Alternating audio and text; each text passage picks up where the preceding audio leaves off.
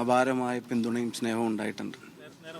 യേശുവിൻ്റെ ജില്ലാ കമ്മിറ്റിയുടെ സെക്രട്ടറി ആവുമ്പോൾ, ജില്ലാ കമ്മിറ്റിയുടെ പ്രസിഡൻ്റ് ആവുമ്പോൾ, സംസ്ഥാന യേശു കമ്മിറ്റിയുടെ ജനറൽ സെക്രട്ടറി ആവുമ്പോൾ, തിരഞ്ഞെടുക്കപ്പെട്ട യേശുവിൻ്റെ സംസ്ഥാന കമ്മിറ്റിയുടെ പ്രസിഡൻ്റ് ആവുമ്പോൾ, യൂത്ത് കോൺഗ്രസിൻ്റെ പാർലമെൻറ്റ് പ്രസിഡൻ്റ് ആവുമ്പോൾ, യൂത്ത് കോൺഗ്രസ് സംസ്ഥാന പ്രസിഡൻ്റ് ആവുമ്പോൾ, പാലക്കാട് സ്ഥാനാർത്ഥിയായി വന്ന് പാലക്കാട് MLA ആവുമ്പോൾ, അങ്ങനെ ഇതുവരെ ലഭിച്ച എല്ലാ പദവിയുടെയും ഒരു കാരണക്കാരനെ, ആദ്യത്തെ കാരണക്കാരനെ പറയാൻ പറഞ്ഞാൽ അതിന് ഉമ്മൻചാണ്ടി സാർ എന്നല്ലാതെ മറ്റൊരു പേരില്ല എന്നുള്ളത് എല്ലാവർക്കും ബോധ്യമുള്ള കാര്യം തന്നെയാണ്.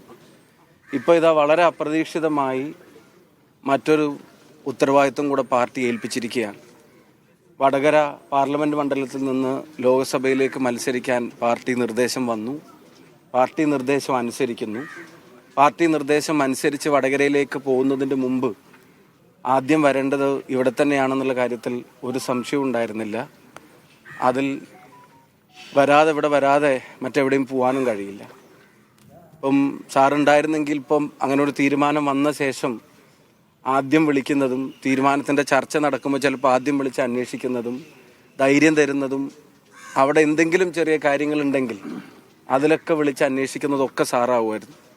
മൂന്നാമത്തെ തെരഞ്ഞെടുപ്പിൽ പോലും പാലക്കാട് മത്സരിക്കുന്ന സമയത്ത് അവിടെ ചെറിയൊരു പ്രശ്നം വന്ന സമയത്ത് രാത്രി ഏറെ വൈകി പാലക്കാട്ടേക്ക് യാത്ര ചെയ്ത് വന്ന് വളരെ ക്ഷീണിതനായിരുന്നു. പക്ഷെ ഒരുപാട് വൈകി 12:30-1 മണിക്ക് ശേഷം യാത്ര ചെയ്ത് പാലക്കാട് വരെ എത്തിച്ചു. എൻ്റെ ആ തെരഞ്ഞെടുപ്പിൽ ഒരു പ്രശ്നം ഉണ്ടാവരുത് എന്നാഗ്രഹിച്ച് അവരുമായിട്ട് സംസാരിച്ച് അത് തീർത്ത് തിരിച്ചു പോകുന്നു. ഉമ്മൻചാണ്ടി സാറിനെ ഒരിക്കലും മറക്കുകയില്ല.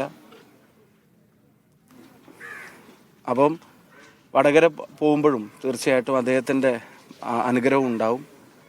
അദ്ദേഹത്തിൻ്റെ ഇവിടെ വന്നു, പുതുപ്പള്ളി വന്നു, അദ്ദേഹത്തിൻ്റെ അനുഗ്രഹം തേടി വന്നു, പ്രാർത്ഥിച്ചു.